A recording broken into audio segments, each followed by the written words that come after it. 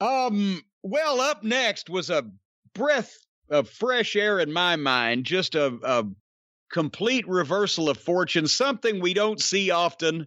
A match with no disqualification where anything goes. Oh, God, no count out. Made sure to mention that one. Remember what I was just saying? I don't know which came first, the chicken or the egg. I don't know whether all this became meaningless because of matches like this or whether they just have matches like this because all of it became meaningless. But jury's out on Sheamus with me because he just looks disturbing. The state of him with the pale skin and the red hair, he's a disturbing looking man. But Drew McIntyre, great looking athlete, great fucking well-spoken guy, great, you would think, baby face, except they beat him numerous times after they tried to, get him over for a minute. And so it's been back and forth, but a guy like this does not benefit from an empty arena because he is neither a brilliant technical wrestler in the phase of a Daniel Bryan or a Cesaro. And he's also not a pure worker of the previous generation. He needs the people because he's doing good looking big man wrestling shit, but it needs people to be oohing and ahhing over it. In an empty building, both these guys, and then they have the exact same match. I wrote, I could just use the notes from any other match of the last 5 years from any company. Here's how I started. They started out with 100 miles an hour with sloppy punches, did a running spot, duck, dodge, bump by the numbers in the ring, went out to the floor and stayed there forever. No count out. A little over 2 minutes in, Drew McIntyre had already cleared off the announce desk and started pulling out chairs and kendo sticks. They went back in the ring for a little while so they could beat each other with the kendo stick and gouge the kendo stick directly into each other's eyes with absolutely no blood from the face whatsoever, but plenty of welts on the back. I would rather get some fucking juice once than have some fucking idiot wearing me out with a kendo stick on my naked back. Where are our priorities, people? And then they go out in the arena and they're fighting between the fake fan screens. Did we not just see that? Was this a rerun or did they do the same thing in somebody else's grudge match a couple months ago on one of these big shows? I was thinking the same thing and I can't remember which specific one. And obviously you can't blame WWE for something AEW does and you can't blame AEW for something WWE does. But I had the same thought. Another no DQ Falls Count Anywhere match. Another one of these matches. We've seen... Well, I didn't say it was just AEW that was doing it. Oh, no, I know. Booking knows no boundaries. But my point is, I don't even remember what the match was that we saw in WWE where it had those stipulations. It had to be something because I remember it, but I don't have any idea of what the details are. There was a time where a match built up to no DQ, and you would never forget it. For everything you didn't like about Britt Baker and Thunder Rosa, I'm pretty sure that match will be memorable for years to come to AEW fans. It will stand out. Oh, I remember it too. Yeah, it'll stand out. As distinctly as my first hernia surgery. I will remember it. Will anyone remember Drew McIntyre and Sheamus in a no DQ match in the Thunderdome? I don't think so. No. I'm hoping to forget it as quickly as possible. It might need alcohol to do. But anyway, these matches, especially in empty buildings, there's a reason why movie fight scenes aren't 25 minutes long. This is it. And finally, Sheamus gave Drew McIntyre Rico Constantino's old finish off the barricade through the announce desk. Boom. And then couldn't get him in the ring to pin him. And they actually piped in, "This is awesome," while he was just trying to get the dead carcass in the ring. People are saying, "This is awesome." Roll him in the ring. "This is awesome." Roll him in the ring. So I fast forwarded to the next trick or stunt that they did, which was basically Drew McIntyre DDTing Sheamus on a piece of the desk and then hitting his kick, because you got to, after you've DDT'd a guy, dropped him head first on a wooden piece of announce desk, you still need to hit your finish just to make sure, because we want to make sure to uphold the integrity of a wrestling match by having a guy win with his finish. Fucking hell.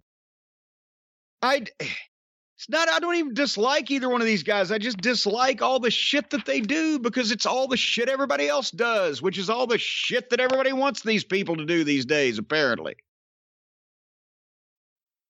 Did I miss anything? No, I didn't care at all.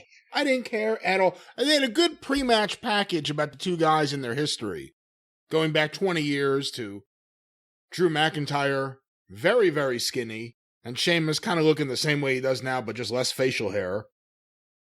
That was good. But this match, not so much. They can tell a great story at a package. Well, sometimes. Not all the time, as we'll talk about in a second. But then the bell rings. And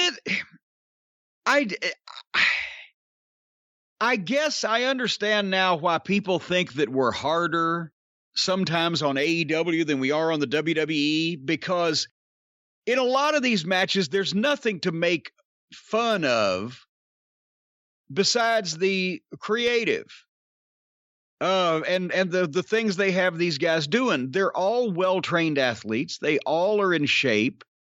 Most of them can work. And it's not just a train wreck amateur hour. They know how to put a show together, even if it's a bad show. They don't make goofy mistakes or pipe in Marvin Gaye over the top of the matches. I mean, the WWE is more professional, and the guys don't fall on their ass trying to do moves. So it's not as funny to fucking watch as AEW, where everybody's falling on their fucking ass. But the wrestling, if you can call it that, and the booking, you can't call it that. The writing, you can call it that, is still fucking stupid. It's just not as silly.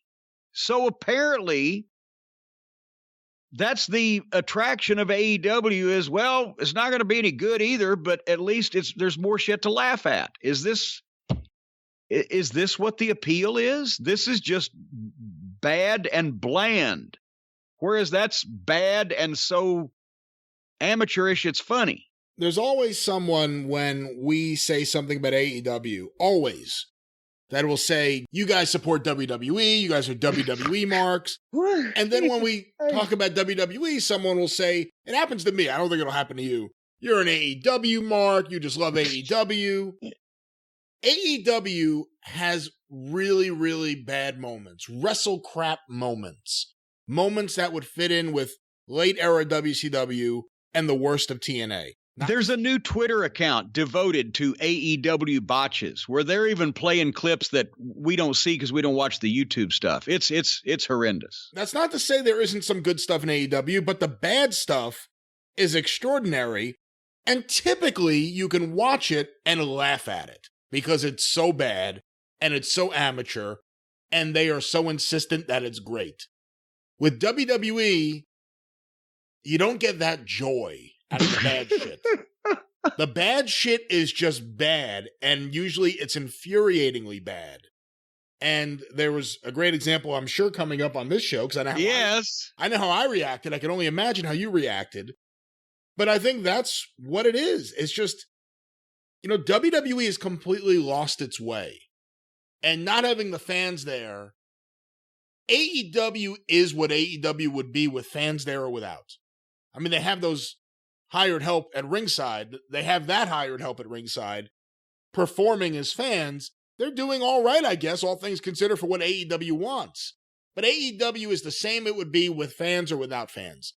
WWE, without any fans there, without fans having the ability to boo bad shit, is just really off the rails. They've lost the plot. And again, these writers, wherever they come from, that have never seen a wrestling match before, obviously, or know anything about it, have just taken this and run with it. And I don't know that by the time they do have fans back here shortly, WrestleMania or whatever, if they're not going to be in for a rude fucking surprise, well, not at WrestleMania. If you'll go still in the middle of a pandemic and you'll go to a fucking stadium, you're wanting to like the shit. But if they show up in goddamn, Pittsburgh sometime and start doing some of this bullshit, they may be in for a rude awakening. Because, I mean, the writers, I understand why they think this. Well, no, I don't actually understand why they might think it'd be good. Because they're not wrestling fans. They don't know what wrestling is. They took this job to add to their resume until Vince runs them off because he's crazy and he'll make their lives a living hell. So they don't give a fuck about the wrestling aspect of it. But I don't know what human beings would think that this is good for a human being that didn't like wrestling.